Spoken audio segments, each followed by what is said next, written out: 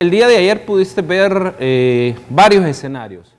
El primer escenario es todas aquellas personas que marcharon, obviamente porque les ofrecieron algo. Esto es notorio cuando un señor, una persona de la tercera edad, se le pregunta que si está de acuerdo o no con el Bitcoin, y entonces él dice que sí, que está de acuerdo. ¿Y por qué está de acuerdo? Porque eso nos va a mejorar, le dice. Y sale otra persona y le dice, no, es al contrario. Tú, por ejemplo, verificas a otra persona que dice, mira, sí, nosotros hemos venido aquí porque nos gustan las capacitaciones. Vamos caminando, vamos a una capacitación. Ella tenía claro, estoy hablando de una persona joven, o relativamente joven, que iba a una capacitación. Eso también lo confirma una serie de buses que se vieron en algunos videos o fotos que se tomaron donde ya empezaban a subir a la gente. Eso es un segmento de personas que siempre se ha movido así. Algunos partidos políticos han llevado buses, etc. ¿Tú crees que hubo organización? Bueno, el presidente dijo que se generó esto a partir de un financiamiento de grupos extranjeros. De ahí está otro segmento de personas que está siendo financiado, y yo lo he venido comentando, que pues están gastando su dinero, digamos, por parte de un par de empresarios, llamémosle así, o un empresario que quiere desestabilizar el país por los intereses políticos partidarios que tiene desde hace mucho tiempo, y algún organismo internacional que por mandato de un país, digamos, está financiando fuertemente, pero fuertemente, a organizaciones ponle comillas, de la sociedad civil. Bueno, el presidente anunciaba ayer y lo comentaba incluso delante de los embajadores, están haciendo mal porque están financiando a la oposición, no están financiando a organizaciones sociales verdaderamente, no están financiando a organizaciones que combaten el cáncer, no están financiando a organizaciones que combaten derechos humanos, etcétera. Especular también esta mañana. Entonces, tú tienes a organizaciones que antes, vamos a ver, siempre se ha hecho. Yo lo comentaba, y antes de entrar al tema de lo que sucedió con estas personas que se financian o los actos de vandalismo, yo recuerdo alguna vez que estaba sentado con algunas organizaciones, hoy o los que se les denomina tanques de pensamiento, incluso te lo mencioné a ti, sí. Estábamos en un desayuno, USAID era el caso específico ahí, USAID. Entonces, se dijo por parte de una de estas personas que hoy promueven todo esto, que sobraba dinero. Y entonces era un tema de ley de acceso a la información pública, y entonces alguien dijo, bueno, sigamos haciendo desayunos. Yo me quedé sorprendido y les dije, pero ¿cómo que sigamos haciendo desayunos? Hay que invertir bien el dinero del pueblo de los Estados Unidos, porque este es un dinero del pueblo de los Estados Unidos. Estoy hablando en el momento en que estaba, ¿verdad? Entonces, hoy es peor si se está financiando. ¿Por qué? Porque se está financiando posiblemente actos delictivos. ¿A qué me refiero? Le tiraron piedras, amenazaron al cuerpo de bomberos, y sale dando la declaración uno de los coordinadores que iba a pagar una moto, que por cierto era un acto delincuencial el haber encendido una moto, porque ahí se ve en el video y se ve en la foto donde encienden la moto. Pues llega el cuerpo de bomberos de forma inmediata y le empiezan a tirar piedras, no lo dejaban, y empiezan a amenazarlo, hasta que lograron entender que lo que iban a hacer es apagar la moto. Vergonzosamente, un extranjero les dice, miren, ¿qué están haciendo? Están dañando su propiedad pública.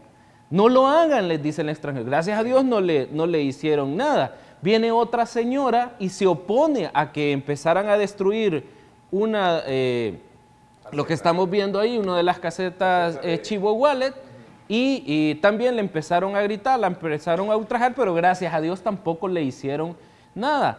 Aparece otra señora, es decir, aparece mucha gente resistiendo, aparece otra señora diciéndoles, miren, no hombre, esto es un retroceso lo que están haciendo. Si es que uno por lógica, le empieza a decir la señora, y es interesante el video, por lógica uno tiene que avanzar. Yo con mis hijos no voy a estar aquí con ustedes en esta marcha en temas de retroceso. Es decir, la gente tiene sumamente claro el rumbo que tiene el país ahorita. Okay. ¿Y para ti esto fue una especie de vandalismo normal de una marcha o es una expresión social de una inconformidad? No. Que reflejan algunas encuestas sobre el tema del Bitcoin. No, esta es la consolidación del transfugismo como tal. Y por eso es que hace poco tú pusiste un tuit mío.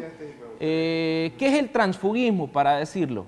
El transfugismo, que hoy los electores de Arena y el Frente han de estar confundidos, los electores que verdaderamente conocen sus estatutos. Y dice, transfugismo, esto lo dice la Sala de lo Constitucional en la inconstitucionalidad 66-2013.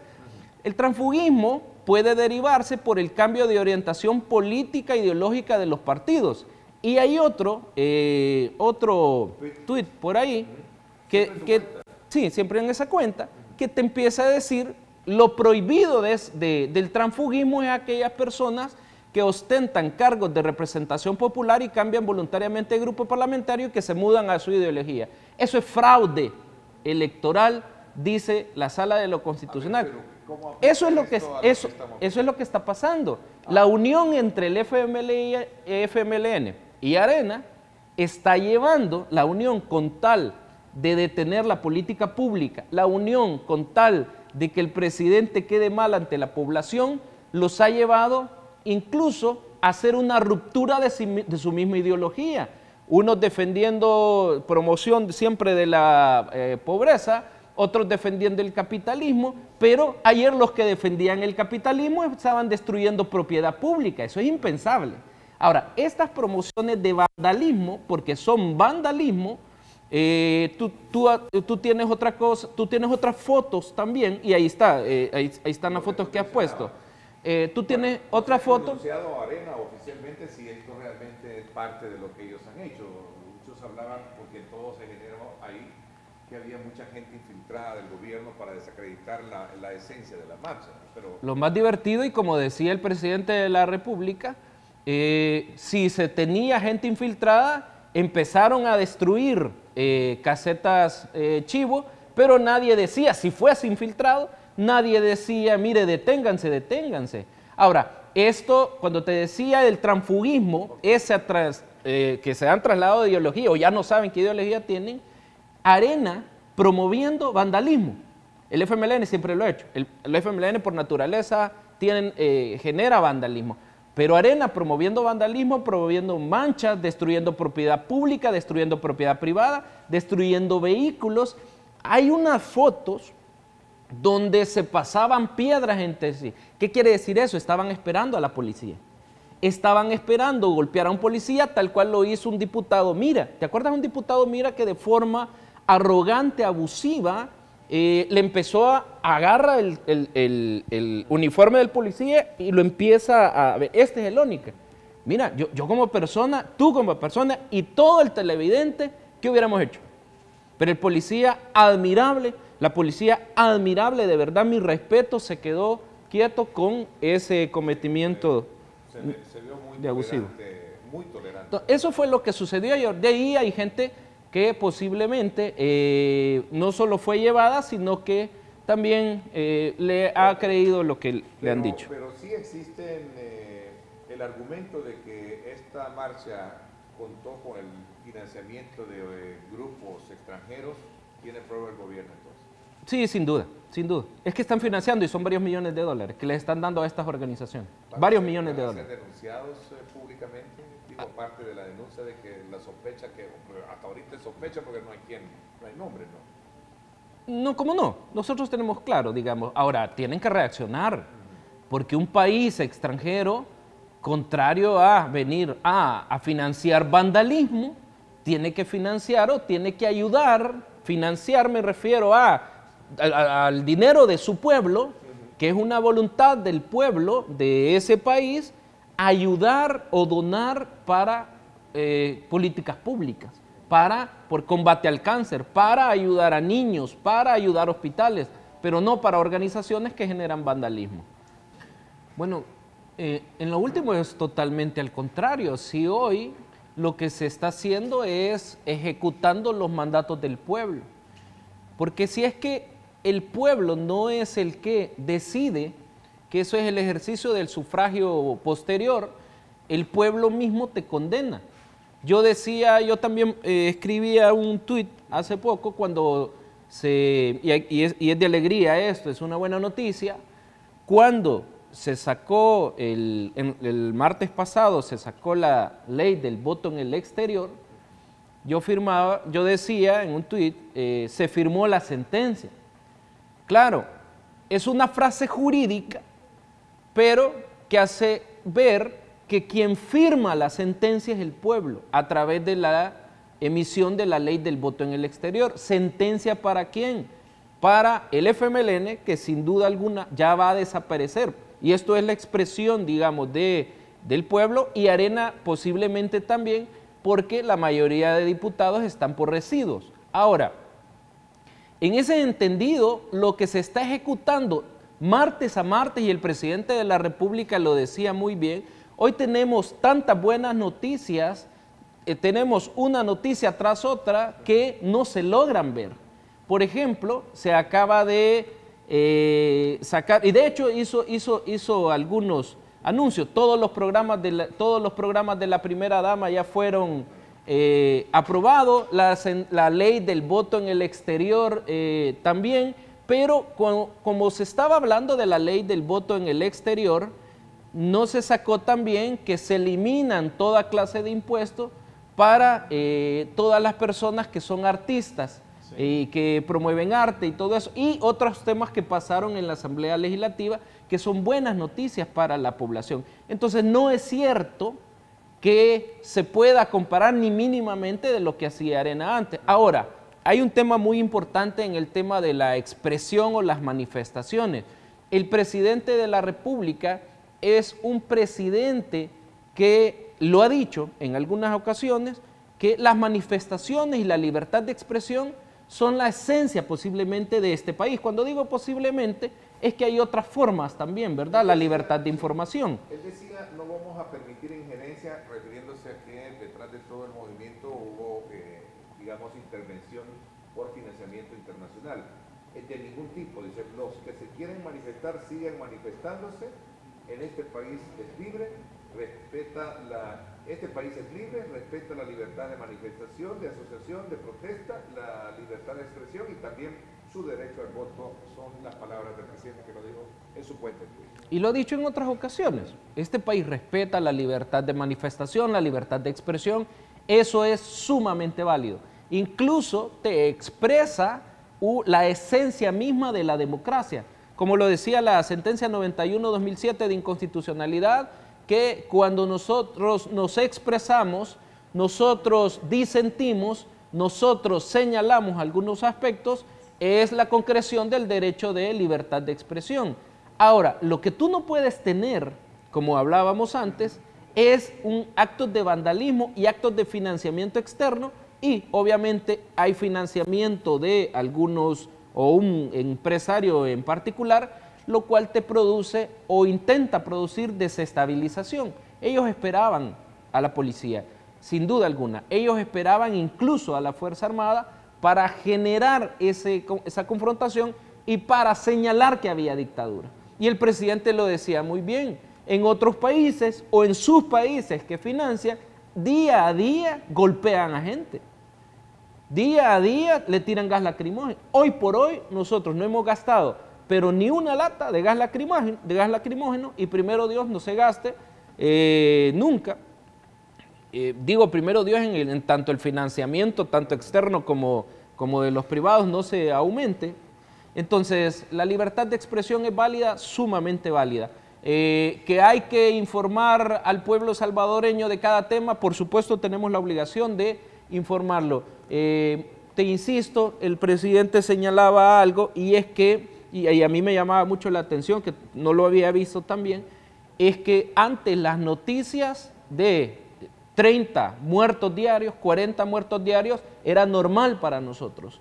Hoy, que el presidente decía, hemos tenido en un mes menos muertos que en un día que era normal para el pueblo salvadoreño. Ahora, las noticias corren tan rápido, las noticias buenas, que no se logran ver. por ejemplo, la Asamblea Legislativa martes a martes va aprobando lo que te señalaba, han aprobado todos los programas de la primera dama, y los mencionó el presidente algunos ayer.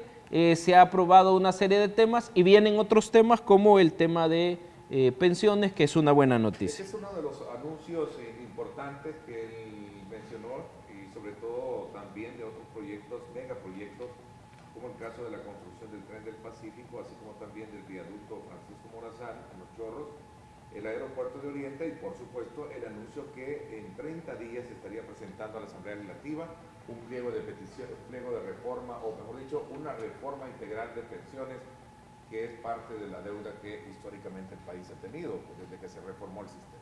Es correcto, toda la infraestructura del país, si te fijas, sí está cambiando totalmente. Todo el sistema de carreteras está cambiando, la infraestructura de los proyectos que se están manifestando.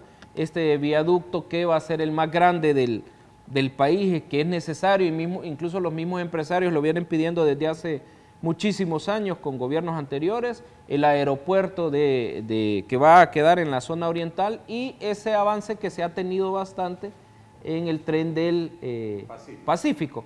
Pero una de las buenas noticias es que estamos prontos a presentar a la Asamblea Legislativa el tema del sistema de pensiones. Obviamente él lo va a anunciar, los detalles, cómo se va a estructurar, los cambios que se puedan dar, que van a ser en beneficio de la población, que van a ser en beneficio de los pensionados. Se va a arreglar el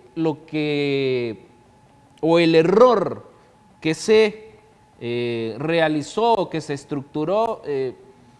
Eventualmente, digamos, se va a dejar lo que se tenga que dejar que sea en beneficio de la población, pero el presidente está pronto a anunciar ese tema y la Asamblea Legislativa también tendrá su tiempo para estudiarlo, pero es una buena noticia para todos los salvadoreños. Ahora, este tema de las pensiones va a requerir también un examen profundo de todos los actores involucrados en ello. Va a haber un esquema de participación, al igual como se ha hecho con el esquema, o con algún momento se ha hecho con el tema de la reforma constitucional. Ya se empezó a estudiar, digamos, hay gente experta en estos temas, hay funcionarios expertos en estos temas y eventualmente sí se van a llamar a actores, sin duda alguna, incluso la Asamblea Legislativa misma va a llamar a actores para que puedan señalar lo que corresponda. Esto es importante y quizás señalarlo. Como decíamos, el mandato del pueblo ha sido venir a cambiar una serie de temas y uno de los que el pueblo está esperando, que por cierto hay una serie de sentencias de inconstitucionalidad que también dan la guía de cómo debe de ser un sistema de pensiones. La sentencia de inconstitucionalidad donde te recuerdas que nos pagaban el 1% por los préstamos que se sacaban de la misma del fondo de pensiones. La Sala de lo Constitucional dio ahí, por ejemplo, una guía, dio ahí, por ejemplo, un hilo conductor de dónde puede ser un sistema de pensiones que materialice el derecho del artículo 50 de la Constitución, que son pensiones dignas y pensiones equilibradas. Entonces, ya hay elementos de donde estamos estudiando para que se consolide una verdadera reforma de pensiones. Ok, voy a hacer la pausa. Cuando regresemos, hablamos un poco sobre el tema relacionado con el paquete del pliego de reformas a la Constitución que se presentaron ya al presidente. Vamos a la pausa, gracias por estar con nosotros. 7 de la mañana con 44 minutos. Regresamos.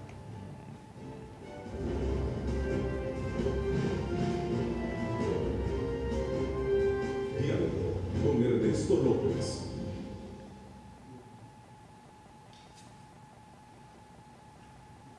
Estás viendo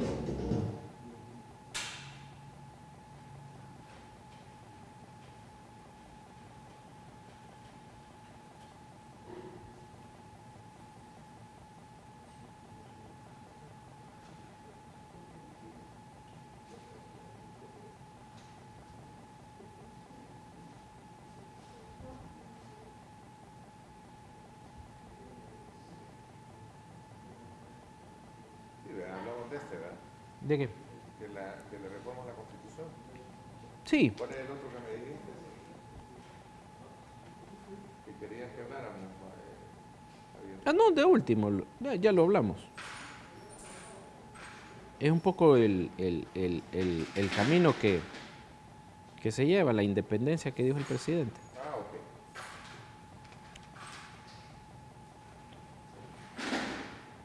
Con ese voy a cerrar.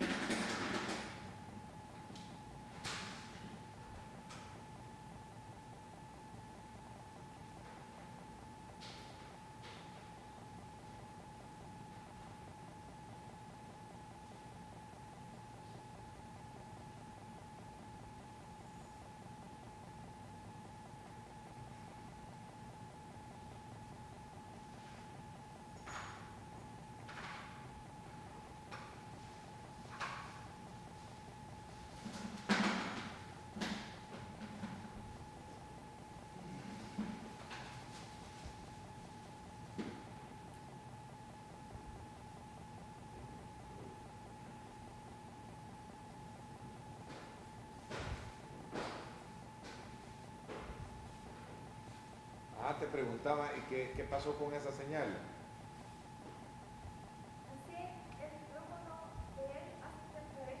Estás viendo Diálogo con Ernesto López.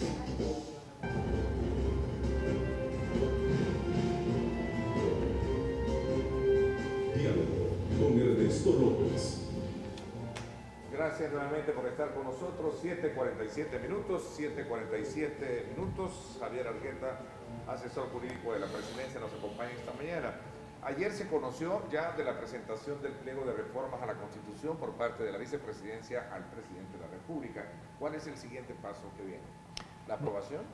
Bueno, en primer lugar, te quiero mencionar, Ernesto, que este ha sido un verdadero ejercicio democrático. El vicepresidente ha tenido una labor bastante ardua con su equipo en estos temas, ha consultado muchísimos actores y muchísimos sectores, y a partir de eso es que se empieza a estructurar lo que es las posibles reformas a la Constitución.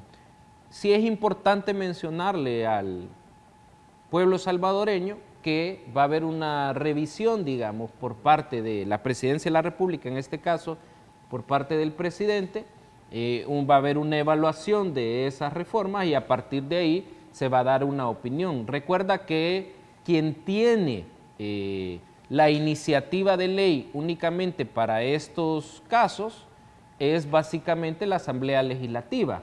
El artículo 248 de la Constitución expone que las reformas a la Constitución no pueden ser con iniciativa con no menos de 10 diputados, y esa es la única vía que el constituyente promovió o permitió para el ingreso del estudio de reformas constitucionales.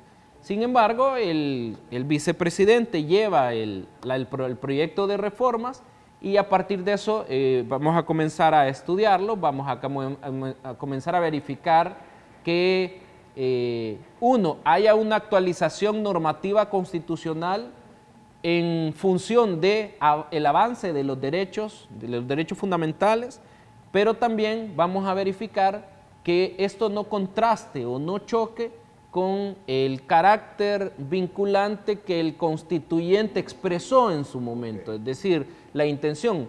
Las reformas constitucionales, y así lo ha hecho el vicepresidente, y así lo ha intentado hacer, digamos, con todos los actores con los que se ha reunido, deben de ir orientadas al avance y no retroceso del artículo 1. Que señala el artículo 1, el fin último, el origen y el fin último del Estado es la persona humana como tal. De hecho, hubo una reforma ya en el 98 del artículo 1 que consolida más todavía a la persona humana como tal, y la Sala de lo Constitucional ha señalado en diferentes sentencias que el artículo 1 no es fuente de violación, no es fuente para parámetros de violación, sino que es fuente de interpretación de todos los derechos fundamentales. Y eso es lo que el presidente de la República va a estudiar Eso es lo que el presidente de la República va a verificar, todo el carácter histórico, todo el elemento de protección reforzada que se le llama a los derechos fundamentales, y a partir de eso se va a dar la opinión y se va a mandar a la Asamblea Legislativa. ¿Cómo queda la figura de la reelección presidencial, sobre todo por esta, digamos, forma en cómo la interpreta nuevamente la Sala de lo Constitucional actual versus la anterior, y ahora con lo que el vicepresidente de la República en su momento dejaba en claro sobre el tema de la reelección? Bueno, recuerda que el vicepresidente inició esto desde hace muchísimo tiempo, las reuniones, el escribirlas, el estudiarlas con los diferentes actores. De hecho, hay juristas de talla muy fuerte, constitucionalistas, que recién estuvimos en un panel, un constitucionalista español, pero las sentencias de la Sala de lo Constitucional, por ser de obligatorio cumplimiento, no se pueden cambiar ni se pueden eventualmente sugerir cambiarlas. Entonces, en este caso, el tema de, al final, el concepto reelección o el concepto postulación, que también lo dijo la Sala Cuarta de Costa Rica recién en el año 2003, son conceptos que, por ejemplo, la reelección, cuando se habla de reelección inmediata, también hay una prohibición en que un presidente, él decida reelegirse. Y lo que la Sala viene en este caso y promueve y define y determina a partir de lo que el constituyente ha dicho, es que se postule el presidente de la República y que el pueblo lo elija o lo reelija. Entonces, ese tema ya está sellado, digamos, ese tema no se puede discutir a partir de que es una resolución de la Sala de lo Constitucional. Ojo, se puede debatir, y es lo que la Sala de lo Constitucional le llama la sociedad de intérpretes, es decir, el límite de la Constitución es la legitimidad de las decisiones como tal de la Sala de lo Constitucional. Y en este país, pues siempre todos, incluyendo, entendería yo, la oposición, así debería de ser por lo menos, se ha dicho y se ha manifestado que las sentencias de la Sala de lo Constitucional son inapelables y son de obligatorio cumplimiento. Y en función de ello hay que evaluar lo que venga en la reforma. Yo te quiero comentar algo, yo algunas he visto, yo he tratado de no contaminarme porque eventualmente va a haber una revisión exhaustiva a partir de la jurisprudencia constitucional, a partir del carácter histórico que tiene la Constitución, pero a partir de las necesidades de una actualización normativa. De hecho, lo ha dicho también, la 6/2016 decía que la falta de actualización normativa de las constituciones e incluso de las leyes producen daños a derechos fundamentales.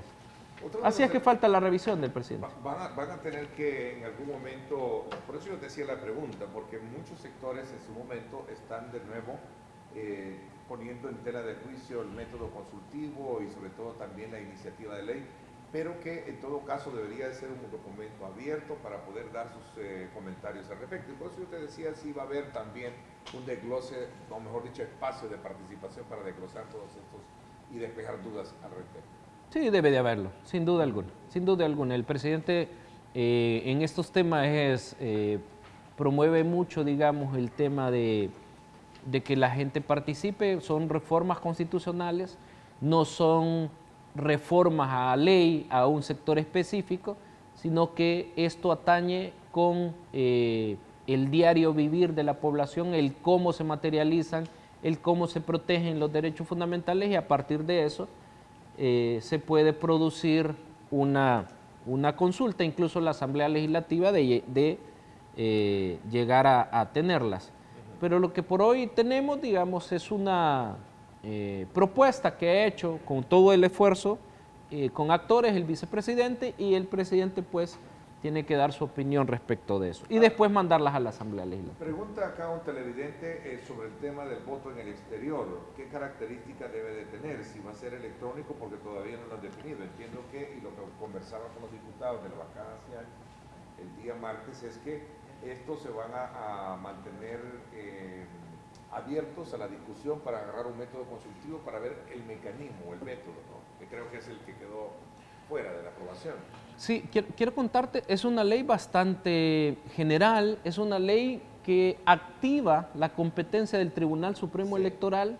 El Tribunal Supremo Electoral obviamente no tiene mínimos de representación para, en este caso, incluso del partido mayoritario, que es Nuevas Ideas. Precisamente tiene representación Arena, tiene representación El Frente, con el doctor Julio Olivo, el magistrado Wellman. Tiene, a partir de Arena, hay dos magistrados que de alguna manera, lo digo con todo el respeto y cariño de ellos, porque los conozco, de alguna manera tienen alguna relación con Arena y con el FMLN, los magistrados propuestos por parte de la Corte Suprema de Justicia, y está la magistrada presidenta que fue sugerida por el partido Gana. Entonces, el Tribunal Supremo Electoral es un tribunal que tiene representación prácticamente de todos los partidos políticos. Sin embargo, a ellos se les dejó el que ellos definan la metodología, el que ellos definan el mecanismo como tal, y se espera que sea en función de nuestros hermanos en el exterior y lo mejor para que ellos puedan votar y que no haya impedimentos. Eso sí, se ha dicho que no hayan trabas. Nuestros hermanos en el exterior van a poder votar en cualquier parte del mundo a partir de DUIs, a partir de pasaportes y también, si es necesario, y lo dice la ley, partidas de nacimiento. Okay. Es decir, lo importante es que también se cumplió con el plazo que había dado la sala, ¿no? Para que se legislara hasta el 15 de septiembre ya se tuviese algo bien claro.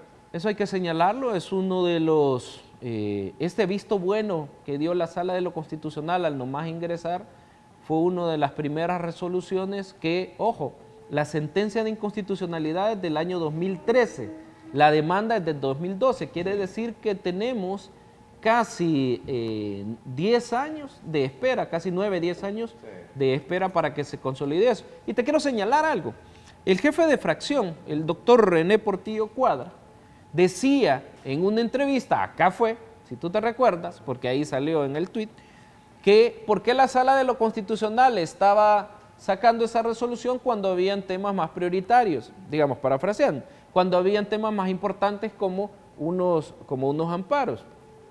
Es necesario sacar eso, y entonces ahí tú ves el reflejo del interés que podía, y lo digo con todo el respeto porque así lo dijo, del interés que podía tener Arena en que se materializara el voto en el exterior a partir de la emisión de la ley. Bueno, ahí está, ahí está. El tiempo se me fue, sí, ahí está el tweet, que por cierto fue en esa época. Te agradezco muchísimo, Javier, que nos hayas acompañado esta mañana en tu calidad de asesor jurídico de la presidencia y conocer el ángulo desde esa perspectiva de los acontecimientos que ayer marcaron la pauta de esta manifestación del 15 de septiembre. Así es que muchísimas gracias como siempre por la disponibilidad que tienes de acompañarnos y poder hablar de manera muy abierta sobre esos temas. Gracias. Muchas gracias, Ernesto, y solo decir que todo va orientado a la política pública del presidente a mejorar la vida de los salvadoreños, y todos los anuncios que hizo, como por ejemplo las computadoras que se les va a dar a todos los niños y otros anuncios, son siempre va a ser orientado a mejorar la vida de los salvadoreños. Buenos días. Gracias por mi parte.